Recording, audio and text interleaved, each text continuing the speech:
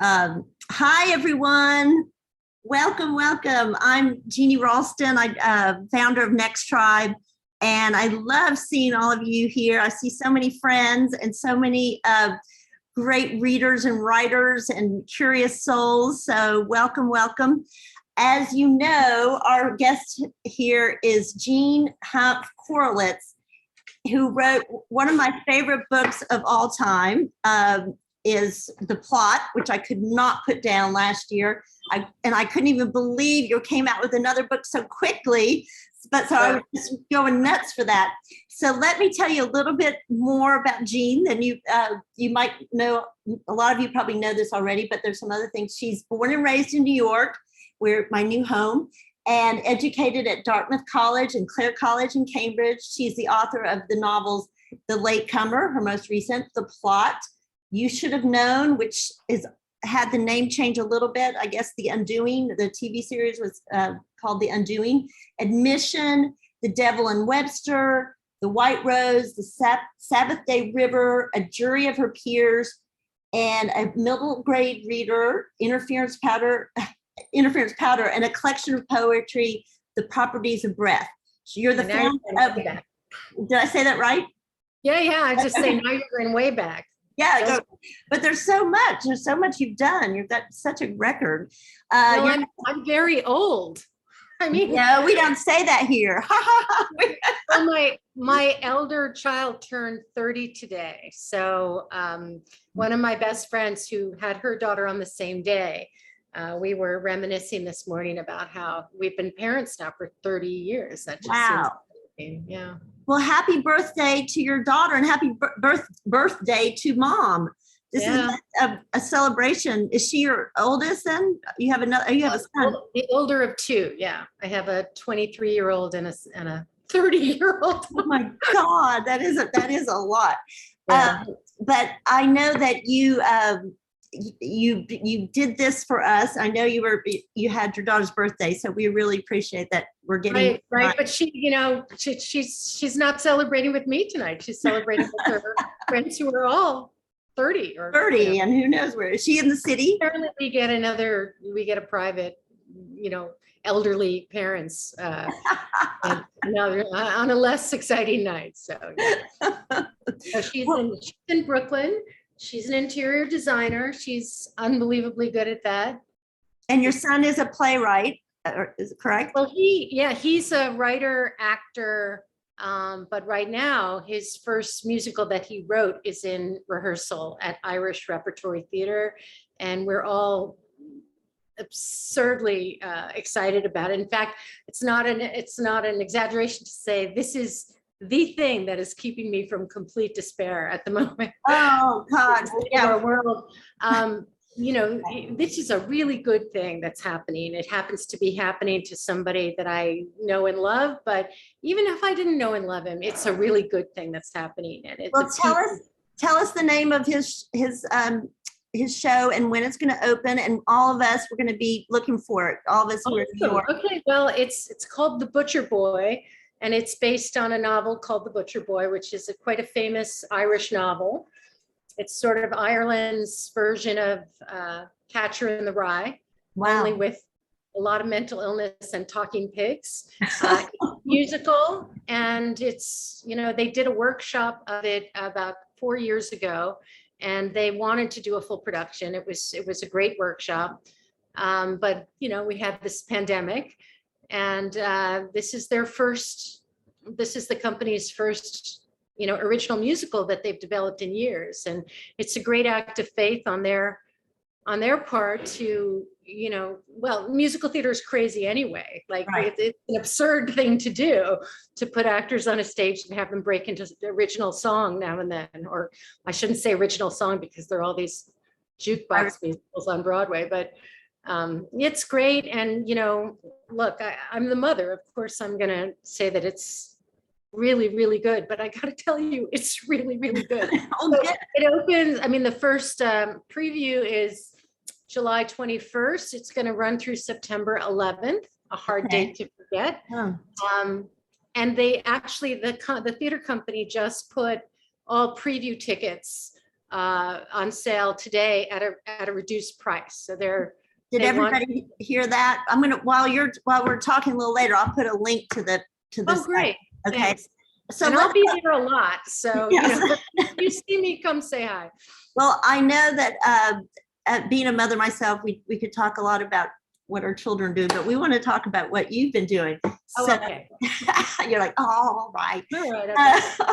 Because you've been busy. So it's very embarrassing to look at the last few years and say, oh, yes, there was this terrible, terrible global communal experience that we all had, but I happen to have had the greatest professional success of my life as a writer. I mean, I'm Jewish, so that of course comes with guilt.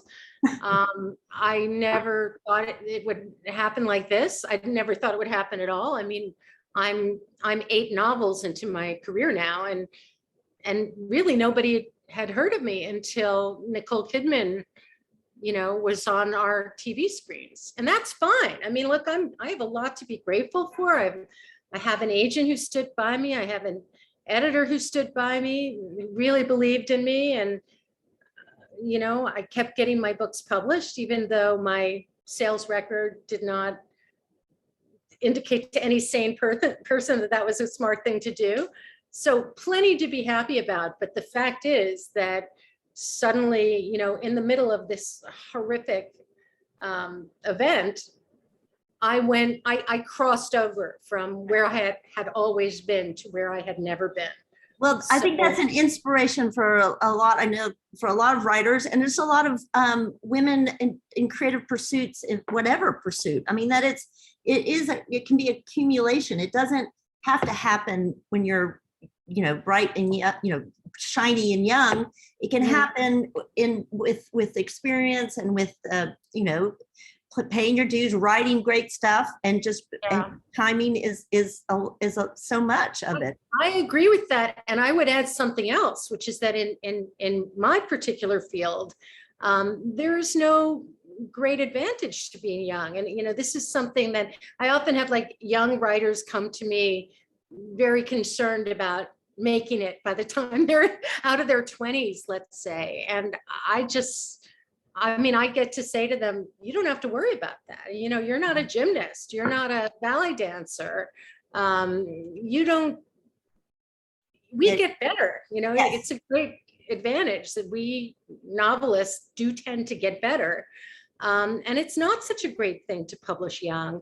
I personally can't think of a single truly great novel that I've ever read by somebody under the age of 25. I mean, maybe somebody here disagrees with me, but and if so, please tell me what that novel is. But certainly my generation, I'm a contemporary of Bret Easton Ellis and Jay McInerney, and I was full of envy and very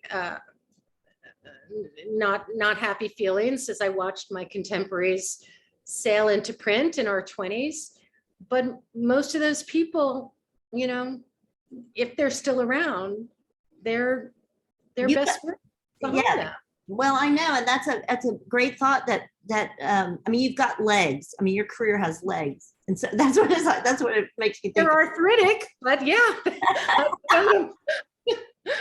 I've got them. Yeah, no, it's great. I mean, I used to play this awful game with myself where I would say, do I want that person's career? Would I like to have that person's career? And for years, there was like one person who is a contemporary of mine, somebody I really like and admire.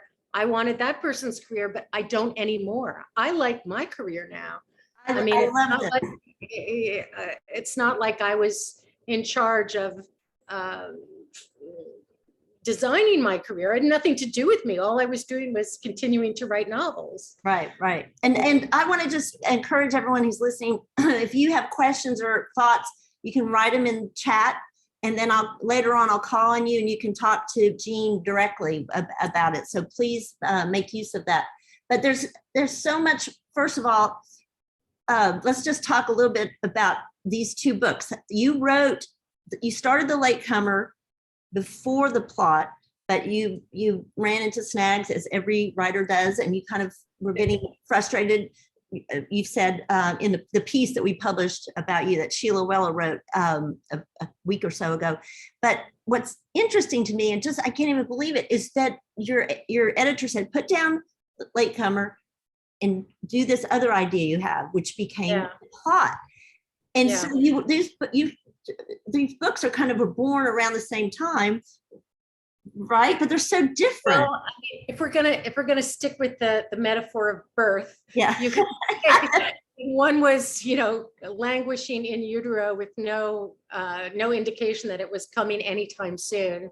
And the other one, frozen. It was frozen, right? It was frozen, like somebody we know in the book. That's right.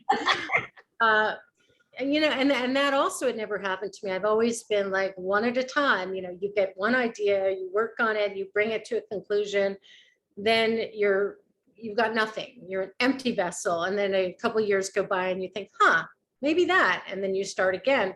Right. That has always been, the way I've written books 1 through 6. Right. And suddenly, I'm putting aside this novel that I am so in trouble with. I'm so in trouble with it that I have no idea what's wrong with it, but it keeps getting rejected by my editor, whom I respect deeply.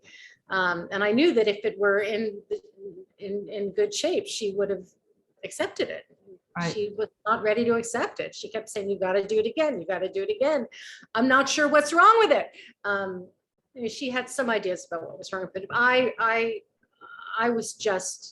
had painted myself into a corner. I was so exhausted with this book, and I had no idea why.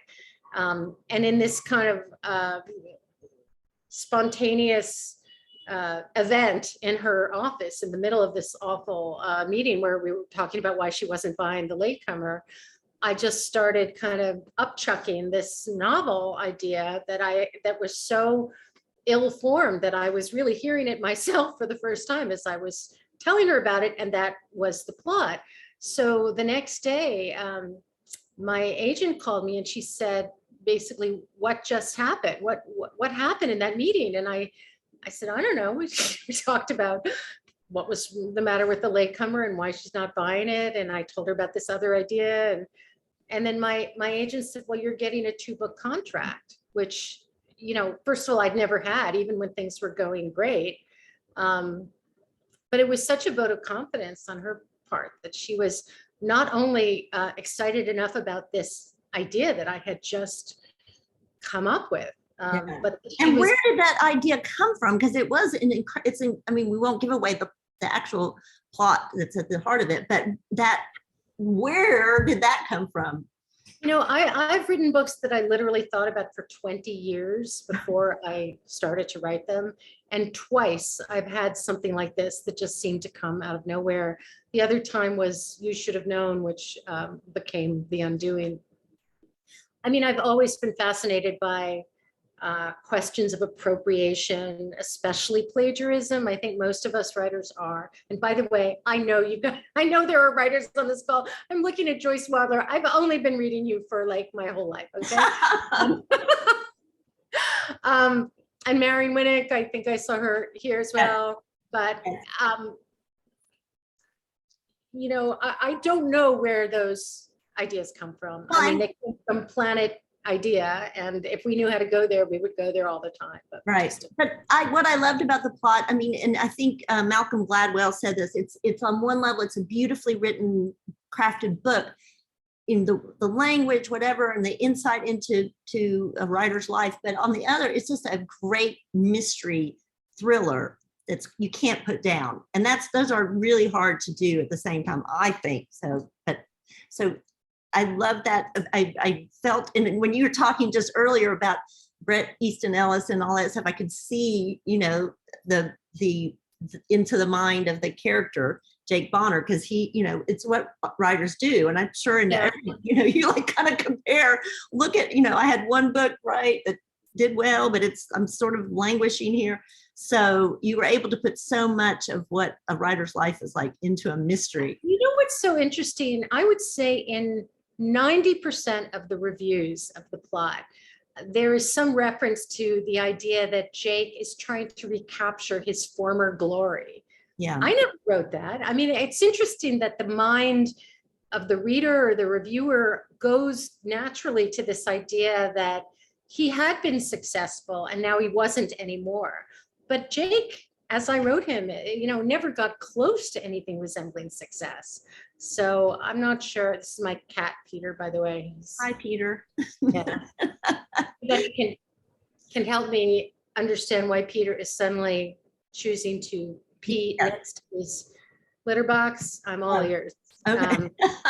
Everything we can think of. It's just like, he's an old cat and he's like, I'm gonna go where I want. Yep, and you gotta just let him. So, and you wrote the plot in 5 months, which I'm sure a lot of writers here, me included, are like, oh my God, that's incredible. So, well, it's worth pointing out that, and I please, I want no credit for this at all, but I had been very afraid for months leading up to that meeting. This is the fall of 2019. I was watching what was happening in China, and I'm the kind of person who I can't read anything apocalyptic or go to a movie that's in any way apocalyptic or post-apocalyptic, but I have read a lot of nonfiction about epidemiology, and I was really, really scared.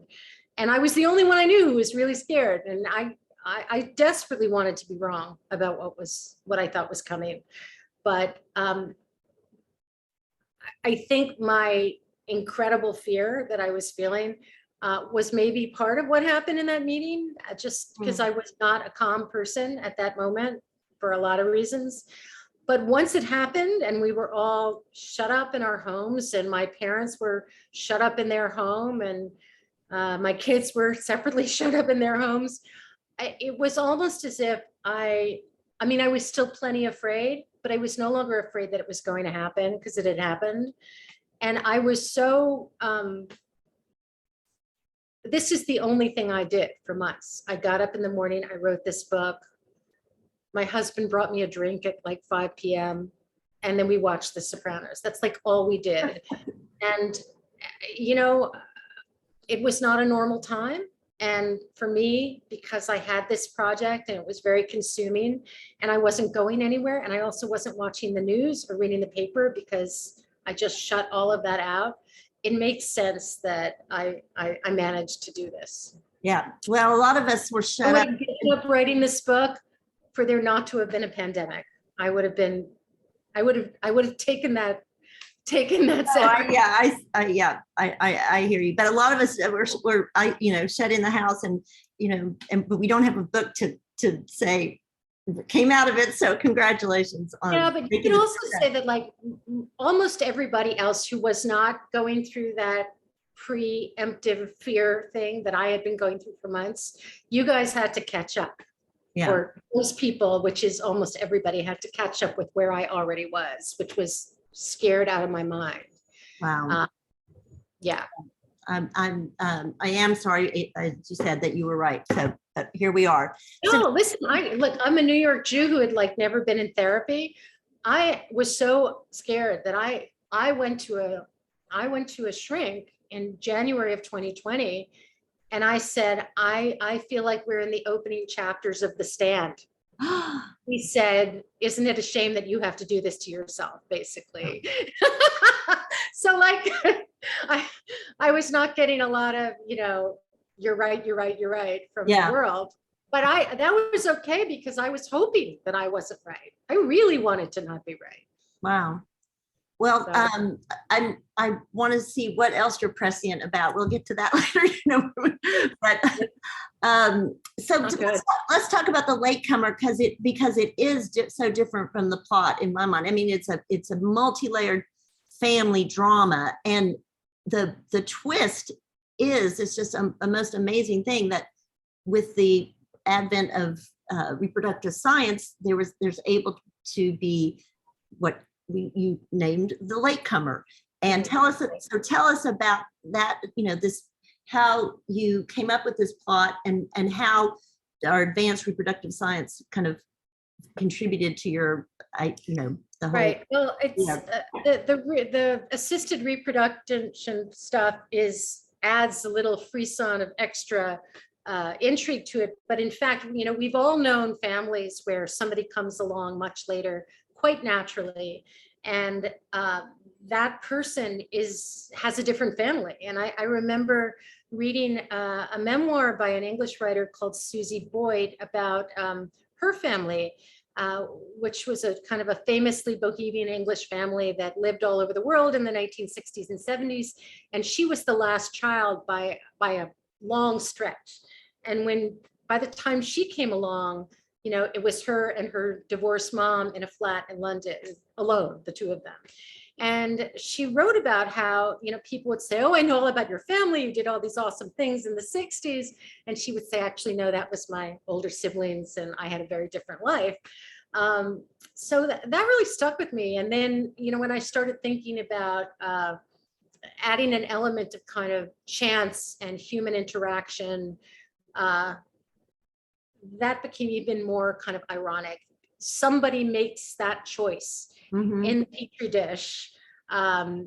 This one are going in the uterus, and that one is going into storage. Right. And in the case of this particular family, the hope resides with the embryo that's going into storage, because there's absolutely nothing to indicate that this implantation of one, let alone three, is going to be successful, but it is. And so this is about a wealthy Jewish family in New York who have triplets kind of at the dawn of assisted fertility. I think they're born in 1982. And then 18 years later, these parents make what seems to, I think, any sane person, the crazy decision to have that last child. And the question that that sort of made me start getting interested in this scenario was, what would have to be happening in this family for that to seem like a good idea? And that's the one thing. And then the other question is, what is it going to be like for that kid when they figure out the reality of their family and their role in the family? And because this is a family that, and this, this appears in like paragraph 1 of chapter 1. So I'm not giving this away, but this is a family that's basically founded on a fault line, which is the fact that the father has killed 2 people accidentally, but he's carrying that around. And the parents never tell the children about this event. This is something that happens when he's in college and he's driving a car, and the car flips over and 2 people that he cares about are instantly dead. So, sorry, I'm getting a little lost in my thoughts here. But so this is the family, and it may be because there is this kind of invisible flaw in its making. The triplets just hate one another. There's no there's no family in this family. And I was interested in looking at the idea that this final child somehow solves the riddle of her family, somehow fixes what's wrong. Yeah, and I love the way it makes randomness. I mean, the theme to me, there's one of the themes is the randomness of life, and we all know that. But just the random that this one was the one in the freezer, the other 3 weren't. There's so many random things. There's a 9/11 connection. Talk about random. So is that one of the? Would you say one of the themes that you really thought about? Well, there's a level in which I am blissfully unaware of what my books are about. I mean, in this case, there's plenty that the book is about. This, perhaps more than any other book I've ever written. This is like, and for somebody who does not write autobiographically as a rule, this book has more of my life in it, but it's all been put in a big blender and it's come out differently. So I'm a person of weird, multiple obsessions, and a lot of them are in this book. I mean, I'm obsessed with Mormon history. That's in this book. I'm obsessed with antiquing. That's in this book. I'm obsessed with right-wing politics. That's in this book. There's just, outsider art. I'm into that. That's in this book. So, there's a lot of me in here, but it's still refracted through all of the characters in this book. Well, what a joy though to get to really work with those things that you love. I mean, And I had to defend a lot of it. I mean, my mother was begging me to take out the Mormon stuff. She said, nobody's interested. Nobody cares about Mormons. I couldn't do it. I'm too into Mormon history. I had to put it all in there. That is, we could go on a whole other tangent how you got interested in that. But I do know you said you like musical theater, and I think that is one of the few things that is not in this book. We'll look for your next book, right? Didn't make it. Gotta wait for another book. We'll wait for another book. Another thing that I noticed is this whole idea of hoarding.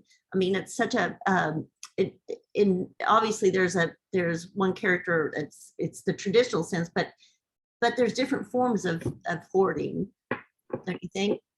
Yeah.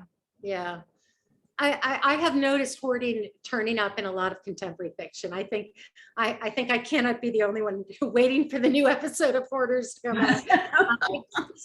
You know, it's so fascinating. I have the reputation in my family for watching the lowest common denominator of television, but to me, it's like watching human behavior. You know, every variety of jaw-droppingly bad human behavior, and they get on our case if a character does something a little out of the norm. Have you seen television? Do you know how people actually behave in real life? So it is fascinating to look into the home of somebody who, as I think this character is described in the Latecomer, is not prepared to be abandoned by a piece of garbage. They cannot handle the abandonment of a can of soda that is now empty, to put it in the garbage. And that's like being addicted to like the worst drug in the world. You know, I'm full of compassion for people who are dealing with things like that. But isn't art collecting, isn't that some kind of hoarding in a way? I guess so. Again, that's one of those things that I read about in a review, and I thought, oh, that's interesting. Yeah, there's a character in the book who basically creates a private collection of art, and he doesn't do it for money. He has plenty of money, but it turns out that his instincts are so prescient that he, almost despite himself, ends up assembling basically a world-class collection of 20th century American art. And it becomes kind of a clue to who he is. Right. And I just think of it as something, you know, it was the thing that consoled him at a time when he couldn't be consoled. So that's right. And that's how I understand something about hoarding. But what do I know? I don't even watch Hoarders. Well, you should. But I know a couple. So anyway, it's just such a fascinating thing. It really is. And I think as a novelist, you have to study human behavior. I mean, and you know, with all these reality shows, I didn't even think about it. There's such a you just have like it's a banquet of crazy human behaviors. I know, and I love the British, because at some point about 10 years ago, they started loading all of these British reality shows onto YouTube. So even when you run through all the American Hoarders, there were all these. In fact, early in the pandemic, I remember I found on YouTube this British show, which was just the perfect show. They sent OCD people who obsessively clean their homes into the homes of hoarders. Oh my God. So you have the yin and you have the yang, and I think it's called Obsessive Cleaners, and it's on YouTube, and there are like 6 seasons of it. And I just watched it all the time. And I think in the last season, they added the twist that the hoarded homes were all like stately homes in England. So then you get all the class stuff in there too. Oh, it was just like, thank you. Well, I want to say how you have time to write, but I guess you found it. But it does help get your brain a little rest, I guess, from the writing. So I want to encourage everyone to write your questions and comments in the chat. And I'm going to call on Marion Winnick, because she had the answer to, she has a thought on your first question about the about novels written by somebody under the age of 25. Oh yeah, S.C. Hinton. You know what? I've never read that novel. Anyway, I don't want to talk about that. I know you didn't, but I know that Marion's a big fan of yours. So I'm just a very big fan. And I first, I mean, I don't know, I have a book review podcast and I covered the plot. And actually I just covered The Latecomer, but it's not coming out till next week. And I just finished what I think is the perfect NextTribe book, The White Rose. Oh, thank you. That's my secret favorite. I know we're not. My favorite. It's my favorite. Oh, I mean, everybody.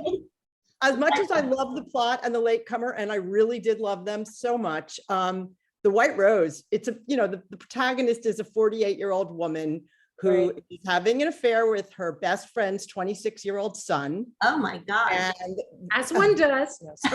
And it's it's so fantastic. It's really great. And I wanted to ask you, as someone who is diving into your backlist, I would like to hear about, you have really taken a journey as a novelist to come from what I gather are legal thrillers or your first couple books to where you are now. And I mean, I see from the three that I've read, of course, I see a lot of through lines. What I love the most about your novels is your storytelling style. What I say on the podcast about The Latecomer is I have never read a book that saddled the characters with more bad news at the opening of, it seems almost impossible that anything good can come of this. The whole family hates each other. The father killed his best friend and the girlfriend. Their couple is totally unsuited. There couldn't be more tourists that you gave these people. And it's a fucking miracle that it's what happens. And I saw that, the plot probably is not really a happy ending, but in the these other two, I was amazed at how you pulled off something. Well, so much fun. I had a book in my mind all throughout the writing of The Latecomer, and that was The World According to Garp, which, So, and that also, if you think about it, is, well, on one hand, it's also a book about a family, but it is chock full of bad news, that novel. And nothing like biting off the guy's dick. I mean, right? Biting off the what? Doesn't he get his penis bitten off? Oh, yeah. Well, I mean, the idea of the undertowed, in that book, that even when life seems to be fine, there's this dire thing that is pulling you down, even at the best of times. And I don't know how clear, if you all remember World According to Garp as clearly as I do, but he kills everybody. He kills every single character.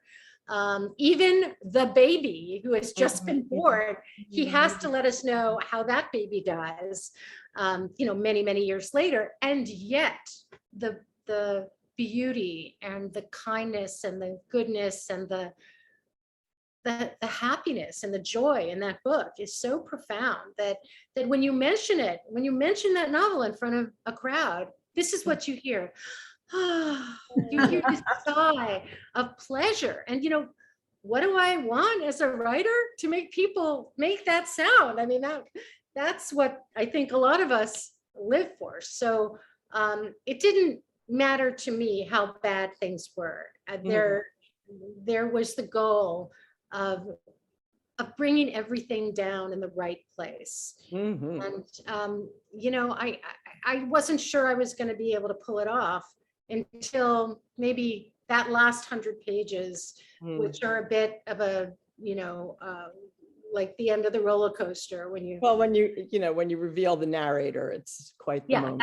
That's a big moment. I saw some other reviewers said a Gossip Girl technique. I was not thinking of that. I was vaguely aware of I haven't even read that.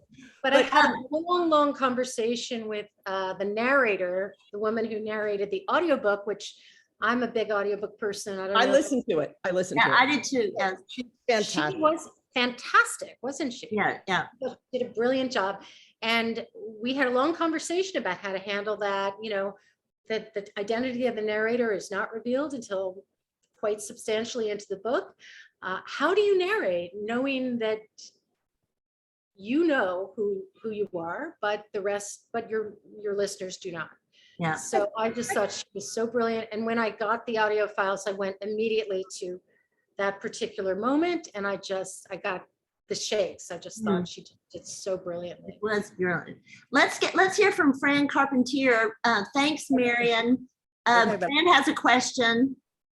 Fran, do you want to unmute? Yeah, sure. I just did. Yeah, I'm still trying to wrap my head around this. How when you told us that your editor, who you've worked with, who knows your work, who respects you and your work, kept handing back the latecomer to you and saying, it's just not right. It's just not right. How did you not just, toss the whole thing out and figure, this is never going to work? What I can't even imagine. Well, it was worse than that, because it wasn't just that she wasn't, putting it into production. She was not accepting it. She was not giving me a contract. And I remember I said to her at one point, just give me a contract. I'll do as many revisions as you want. And she said, no, I'm not going to give you a contract. And it had already been rejected. My editor had left the publisher where we had done 3 books together. And I contractually had to submit it first to that publisher. Yes. And they rejected it. And the message that came back to me through my agent was not even close. That's what, not even close. Wow. So imagine, if you will, not even close. This is my, I had done 3 novels with this publisher. I had a big HBO show about to come out. And that is how much they hated the latecomer. Oh. So I wasn't feeling confident about the book when I then sent it to my editor. So when she said, and she did not say not even close. She said, it's going to be great.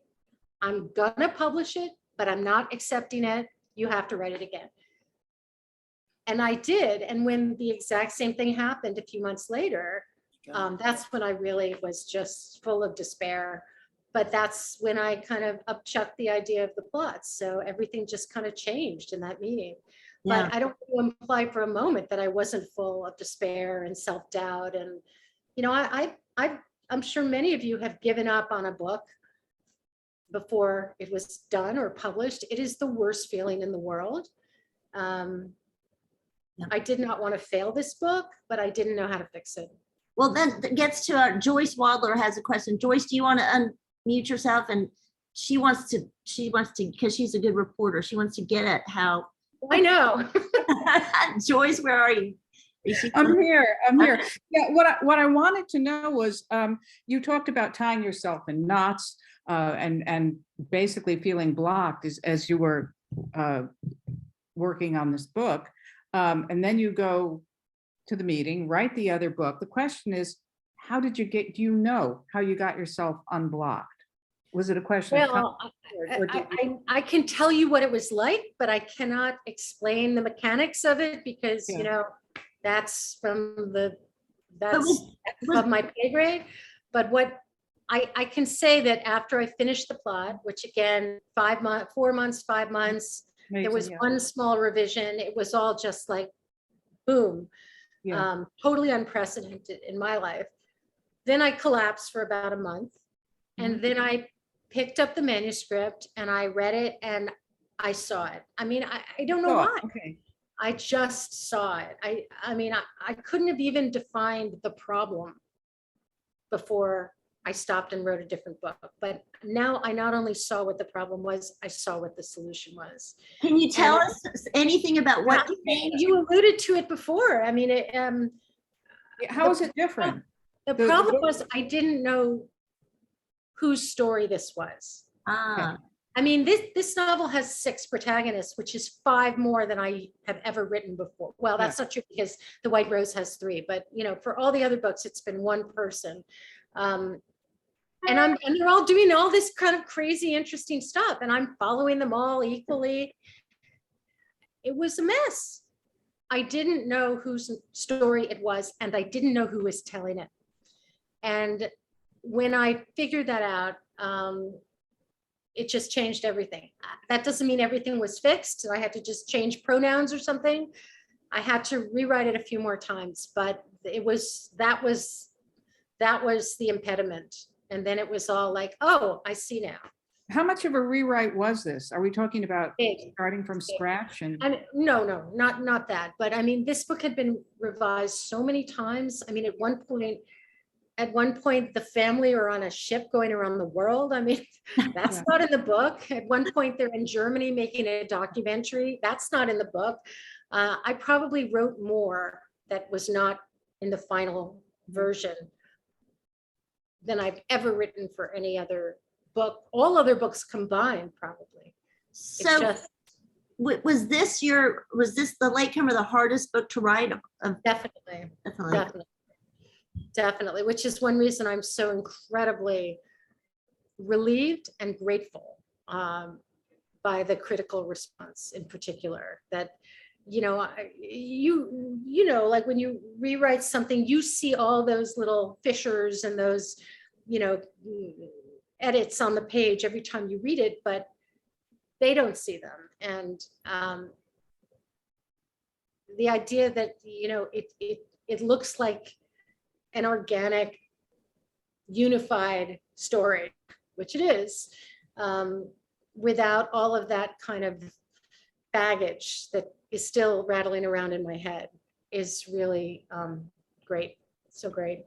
And the fact that it was Allegra Goodman who wrote that review in the New York Times, who I admire so much. Oh my God, that was just, it was great. So great.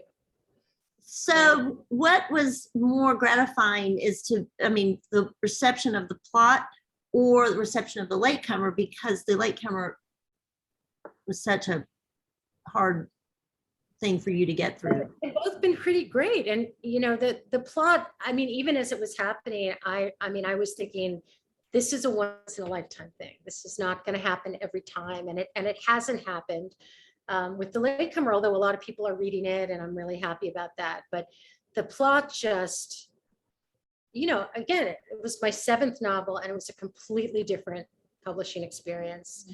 The generic publishing experience for me had always been, we love this book, we're so excited about it, we're going to do all this stuff for it, and then it comes out and like nothing. So that's what I expected, but that's not what happened with the plot. I mean, you could feel this. You could feel it happening. You could feel it, and maybe because you can see it on social media where people are saying, "I am reading this book, and I am liking this book, and you all have to read this book." But were you surprised? I mean, did you know what you had when you finished writing it? Did you know that it was going to be just one of those things you couldn't put down? No, I mean, I love The White Rose. I thought The White Rose was a great book. I thought The White Rose was a movie or a musical. Nobody's ever come near it. Well, they might now, right? I don't know. I think The Devil in Webster was really twisty, thrillery, kind of interesting novel about a woman in her 50s who's an academic. Nobody read it. So, that's what I expected to happen. Oh, well, I think now people are going to go back to your backlit, right? Isn't that? Well, I hope so. That's a great thing about what we do. If you write a novel, it's the same novel 20 years later. It's not different. Right, right. White Rose, I don't know if you knew this. I can't remember how big a deal we made of it in the jacket copy, but it's based on an opera. It's based on De Rosenkavalier, my favorite opera. So, De Rosenkavalier is about a love triangle in 18th century Vienna, and they're all aristocrats. The Marschallin character, who becomes this professor of history at Columbia, in my version, is 32 years old. She's a middle-aged woman at 32. Wow. And she's having an affair with a 16-year-old boy. And he then falls in love with a girl who is described as not 15, as in not yet 15, which in my book, and math is not my strong suit, but I think that's 14. The ages in the novel are somewhat updated to mid-20s, and then she's in her 40s or 50s, I can't remember. Does it have and then everybody is is Jewish also. So, which And- they're definitely not in Der Rosenkavalier. And what's the name of the opera? That they found? Called Der Rosenkavalier. I'll write it down. Oh, okay. We'll need to, and, oh, okay. And what about the Webster book, The Devil, wait, I'll have to see what it was. Devil and Webster is about an academic named Naomi Roth, who's a women's studies professor, and she becomes the president of this small New England college, you know, kind of think Wesleyan, a very progressive New England college. And there is a very modern sort of disaster that takes place on her campus, the kind that, you know, we who have a foot in academia are sadly all too familiar with. And she has this terrible conflict because she's, you know, she's an old protester, an old lefty herself, and now she's the man, basically. And it's not helped by the fact that her daughter is now an undergraduate at this college and is out there on the front lines of this big student protest. But it, you know, there is a big twist in that book, and I feel like life is too short not to have a big twist in every book. So, Well, yeah, I would say that's we love the twist. We love the twist. And let's just talk, since the Latecomer is about, there's, you know, assisted reproduction, and it's I'm just curious because I know that Sheila talked about this a bit in the article she did, this whole moment in women's lives in history about our lack of rights, our lack of reproductive autonomy. yeah. I mean, There was just something in I think it was in the Times about how this is going to have an impact on couples who have stored embryos. yes, that's what They're going to be, you know, treated as unborn babies. So yeah. So that's what I mean, this is it's a fraught time for women and in who have babies they don't want and who have babies that they would like to bear. So and the ramifications, I'm sure, will be written. I mean, all of this will be fodder for future books. What about you? Can you tell us? I have to ask, you know, what kind of things you're working on next, because we will want to know. I have just signed a 2-book contract, which I'm thrilled to have been offered, but I have not even started anything. I'm sort of having the after effect of having written 2 novels in quick succession. I think I'm having an extended recovery period, but I would like to try to write a sequel to the plot. I think there's more to say about that.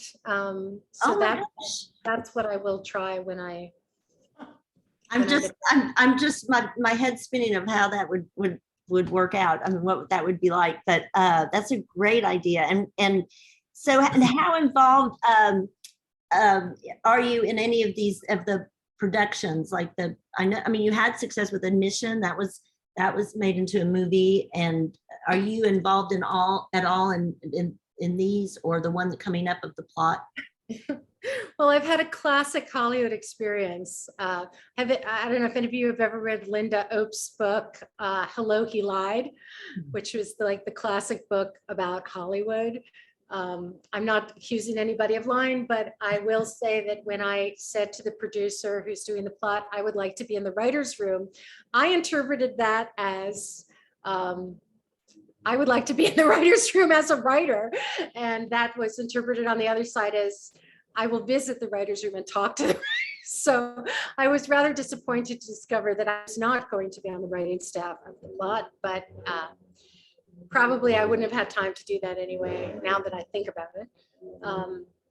I'm not really involved. They're awfully nice, and they ask my opinion about things. And I met a director a few weeks ago at an event, and I managed to connect him with them. And I don't know if that's going to go anywhere, but it's a friendly kind of relationship, but I'm still just the writer of the book. Well, is that something you aspire to, is to become, Sure. I mean, I think like most people, I would like to learn to do that. I mean, I think learning to do new things is the key to successfully aging. Exactly. That's not the word that I'm looking for, but But aging boldly, you can say aging boldly. That's our tagline. aging boldly. But I mean, I want to learn new things, and I figure nobody is going to hire me to write a TV show that I didn't happen to have written the book for. Right, right. So I thought this is really my chance to make them teach me how Yeah, to be a screenwriter.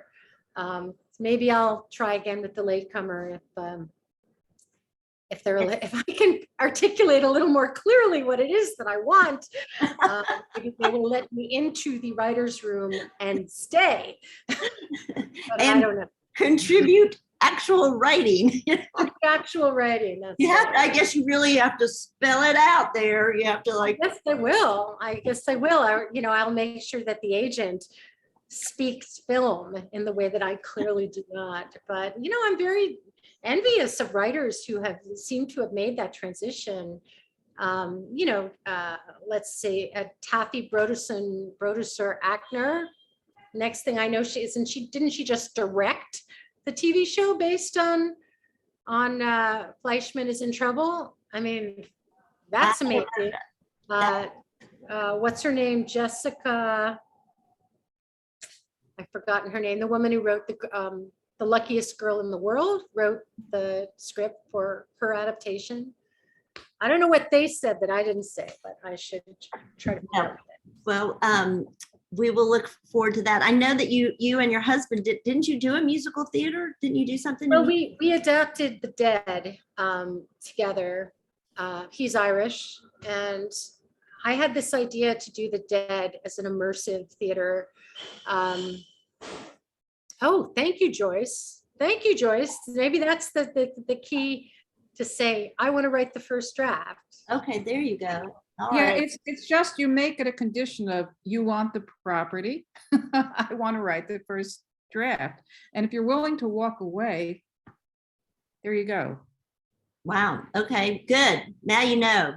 Now I know. Now you're going to be writing, we'll see you as writing credit on the Latecomer when it's made into a.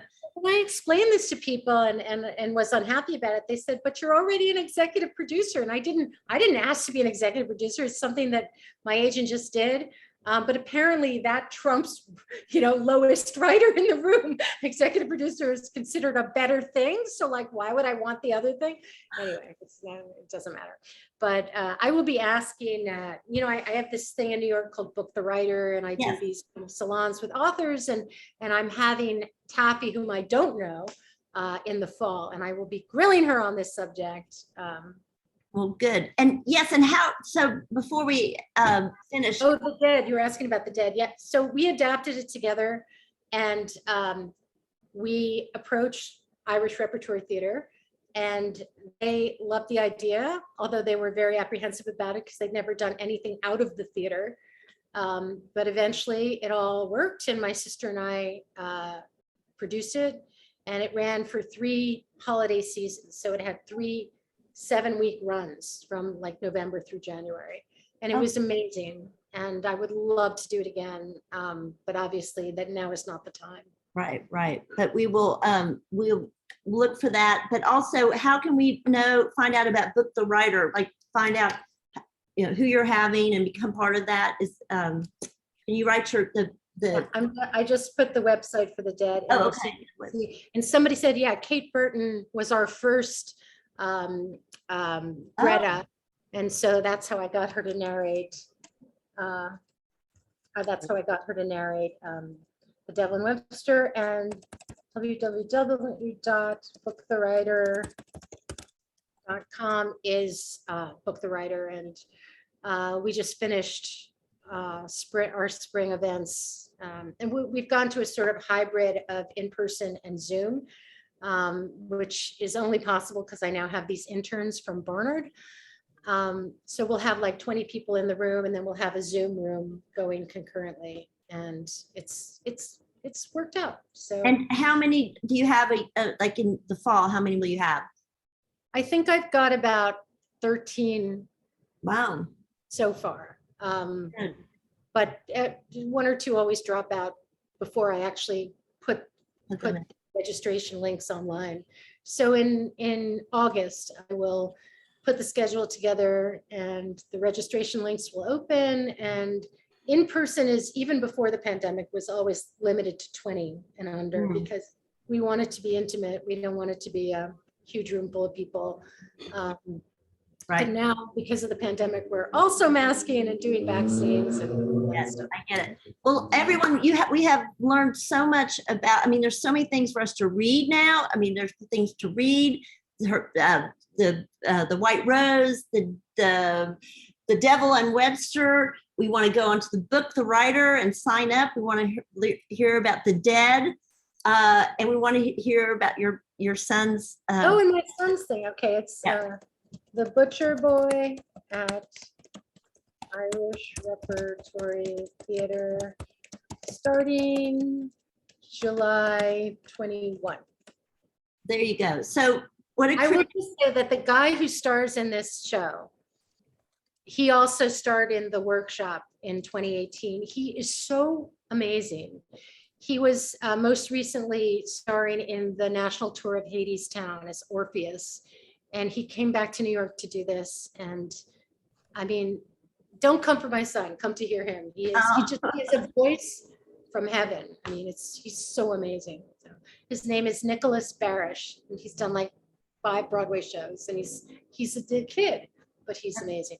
That's fabulous. Well, we are so thrilled that you were able to come talk to us today on a very auspicious day, your daughter's birth. And we congratulate you on all your success. So we're going to be reading your whole backlist, and we're going to just be celebrating you and thinking about you and what we'll be looking for what comes next, because I can tell there's going to be some. And I mean, I didn't go crawling through everybody's names, but I know a bunch of your names that I saw. So it's very exciting for me to see you guys here as well. It's exciting for us to have you here. If you want to unmute and just give a big applause, that's fine. We really, really appreciate all that you, great writing like this. It's such a joy.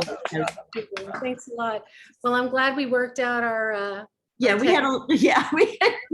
was a little stressful, but it's all good now. So thanks to everyone. And thank you, Jean.